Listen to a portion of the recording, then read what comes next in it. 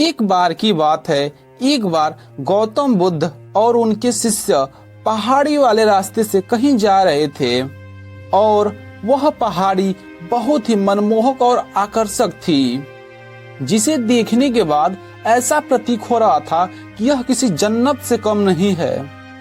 और उसके कुछ ही बाद महात्मा बुद्ध और उनके शिष्य देखते हैं कि एक व्यक्ति गुस्से से लाल होकर इसी पहाड़ी पे आ रहा था और वह यह भी बोलते हुए आ रहा था कि सब नश्वर है, सब झूठ है। यह बात सुनते ही महात्मा बुद्ध समझ गए कि यह व्यक्ति इस पहाड़ी से कूदकर अपनी जान देगा। तब महात्मा बुद्ध उसी पहाड़ी के शिखर पे खड़े रहे और अपने शिष्यों को बोल दिए कि तुम लोग नीचे जाओ। उसके बाद वह व्यक्ति उस पहाड़ी पे चढ़ गया और जैसे ही कूदने की कोशिश की तभी गौतम बुद्ध उसका हाथ पकड़ लेते हैं।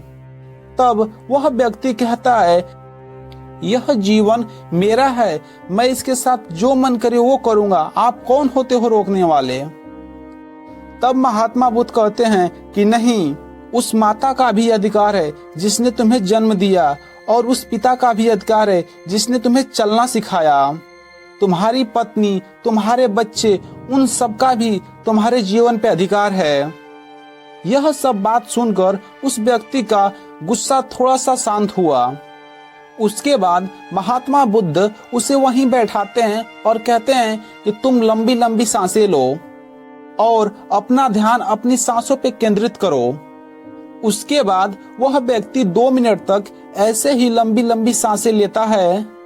उसके बाद महात्मा बुद्ध उसके कंधे पे हाथ रख के कहते हैं कि अब तुम रुक जाओ और पूछते हैं कि क्या तुम्हारा क्रोध शांत हुआ, मन को शांति मिली।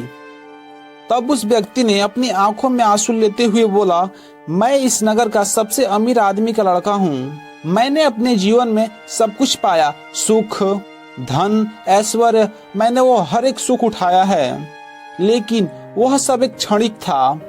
लेकिन मैं जब भी अपने अंदर झांक कर देखा तो एक गहन अंधकार ही पाया, बहुत ही गहरी पीड़ा पाया और सूनापन पाया। अब मुझे इस जीवन से कोई लगाव नहीं है।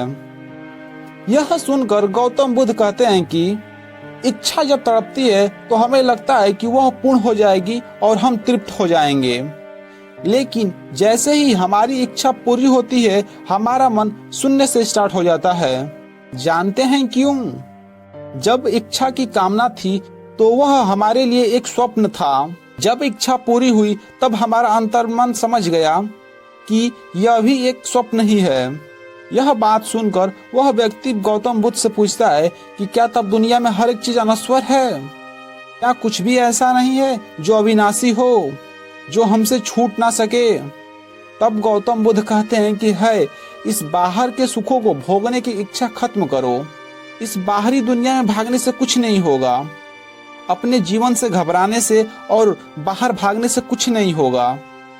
तुम्हें अपनी जीवन यात्रा अपने अंदर की तरफ मोड़नी होगी, वहीं तुमको शांति मिलेगी, और ऐसी शांति जिसे कोई नष्ट नहीं कर सकता। यह बात सुनते ही उस आदमी ने गौतम बुद्ध के सामने हाथ जोड़ लिया और कहा, कौन है आप? यह सब आप कैसे जानते हैं?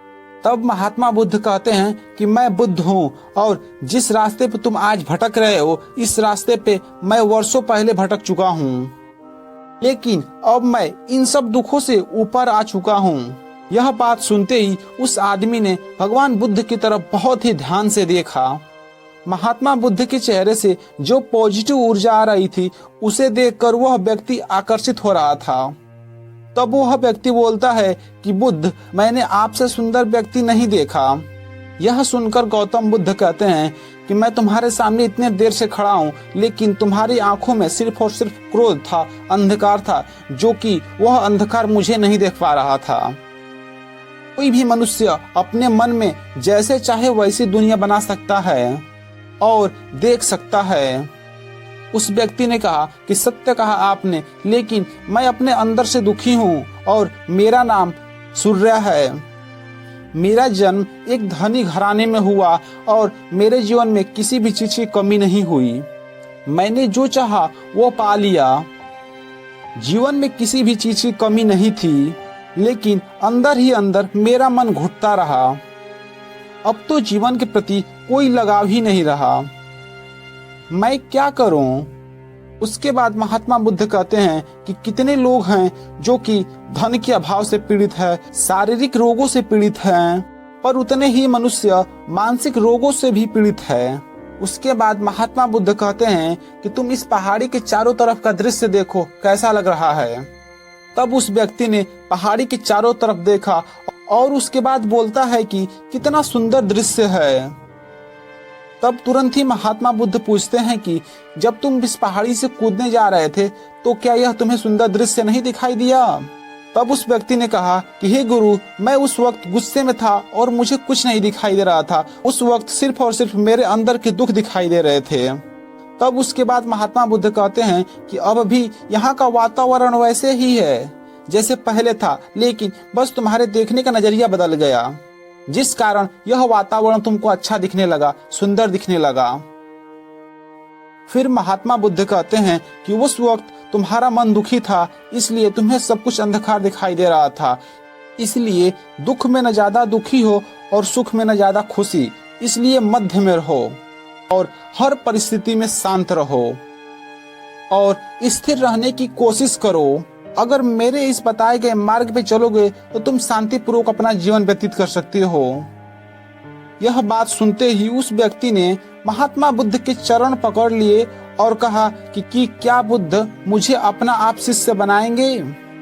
तब महात्मा बुद्ध कहते हैं कि तुम एक अमीर घर के लड़के हो और तुम्हारा जीवन बहुत ही सुखमय तरीके से बीता है, इसलिए मैं तुम्हें कुछ बातें पहले ही बता दे रहा हूँ।